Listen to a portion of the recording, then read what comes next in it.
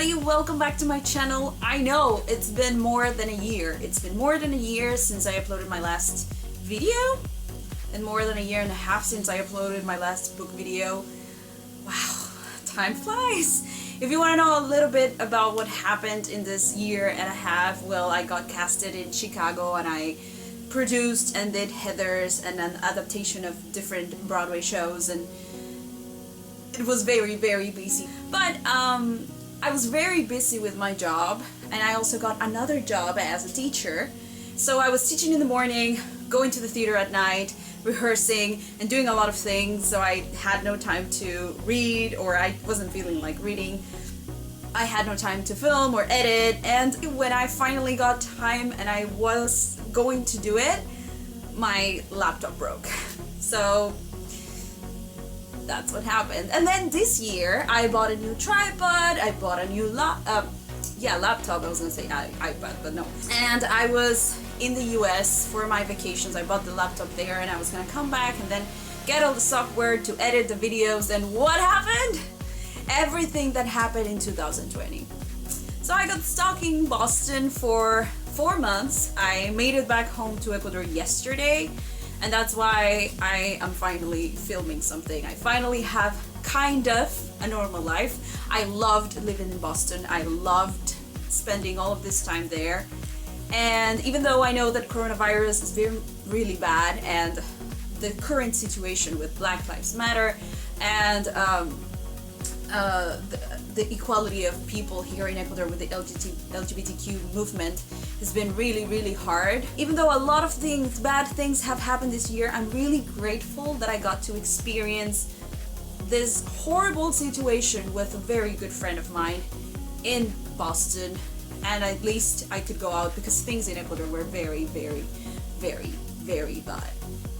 If you just want to know what happened in Ecuador, you can let me know in the comments and I'll let you know, but I don't want to make this video a sad video. So since it's the first time I'm filming a video in so long, I decided that the best way to do it was the tag, like with a tag, and that's the mid-year freak book tag. Is that what you call it? I forgot. But yeah, I think that's it. I've been seeing my friends doing it, and it's amazing because due to coronavirus and being in the US, I bought a lot of books and I listened to a lot of audiobooks, and I think I've read more books this year than what I did last year, so yay! And because of that, I can do this tag, because I was gonna do it last year, but I didn't have books to talk about. Should we start? I think yes, because that was a long introduction. That is so much better, right? Well, I was gonna do that from the beginning, but then like my window is over there and the sunsets are right over there, so I had all the sun beams on my eyes and I was like, it's too much, so I decided to close the curtain. But apparently it's getting cloudy, so yes, windows. Let's start with this. Alright, I have the questions here, and I'm so excited because since I read different, like, of course different, but I haven't been rereading books, I've been reading new books. I can talk finally about new characters, because I feel like I stopped doing tag videos because I was talking about the same books over and over again. I have the questions over here, and it says, the best book you've read so far in 2020. Pretty easy. The best book that I read was Serpent and Dove, and I am in love with this book. Like, I am so in love with this book and with every character and with all the topics that they talk about here, that I even started doing fan art. And I haven't done fan art in at least 5 years. At least. I love everyone in this book. I love that it's a book where you have the trope of hate to love, where I think that all the characters are well developed. I love how they criticize organized religion without being rude, but at the same time just looking at all the plot holes that they have and how they address that, and how they teach people that people are people. You have to just accept them, you know. I love all the metaphors that you can get from that, like religion going against witches and everything that is happening right now with the world, not only with religion but with everybody. I just loved it so much, so much. Like, I didn't read it, I listened to the audiobook, though that's reading too, but the audiobook was really good, so I would recommend that. And usually when I listen to an audiobook and I love the book so much, I buy it because I want to read it again, and I'll definitely reread this before 2020 ends because I'm so obsessed. And I might do more fan art. Should I start a fan art account? I don't know. Some of you I know that have seen my pictures or my drawings, but I'm a little where's my English? I just came back from the United States. I'm a little bit self-conscious about it. The next question is, best sequel you've read so far in 2020. So I listened to the audiobook of Daughter of the Pirate, the sequel to Daughter of the Pirate King, Daughter of the Siren Queen. I didn't love Daughter of the Pirate King, but I loved Daughter of the Siren Queen.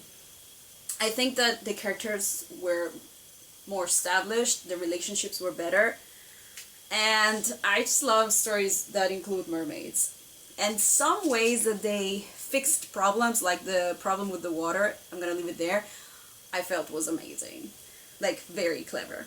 Then it says, new release you haven't read but want to.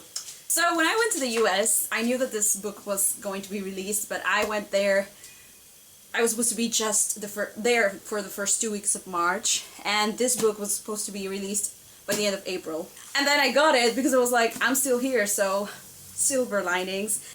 This one, Incendiary by Zoraida Cordova. I know that they call her Cordova, but it has the thingy here, the accent, so it's Cordova. Anyway, she's Ecuadorian. I'm currently reading her other book, Labyrinth Lost. I'm loving it so far, though I got major spoilers listening to Zoraida's Deadline City podcast, and I was like, no! But anyway, I'm still reading it. I'm still loving it. I can't wait for this one. The next question is... most anticipated release for the second half of the year. Easy. Blood and Honey, the sequel to Serpent and Dove. Duh.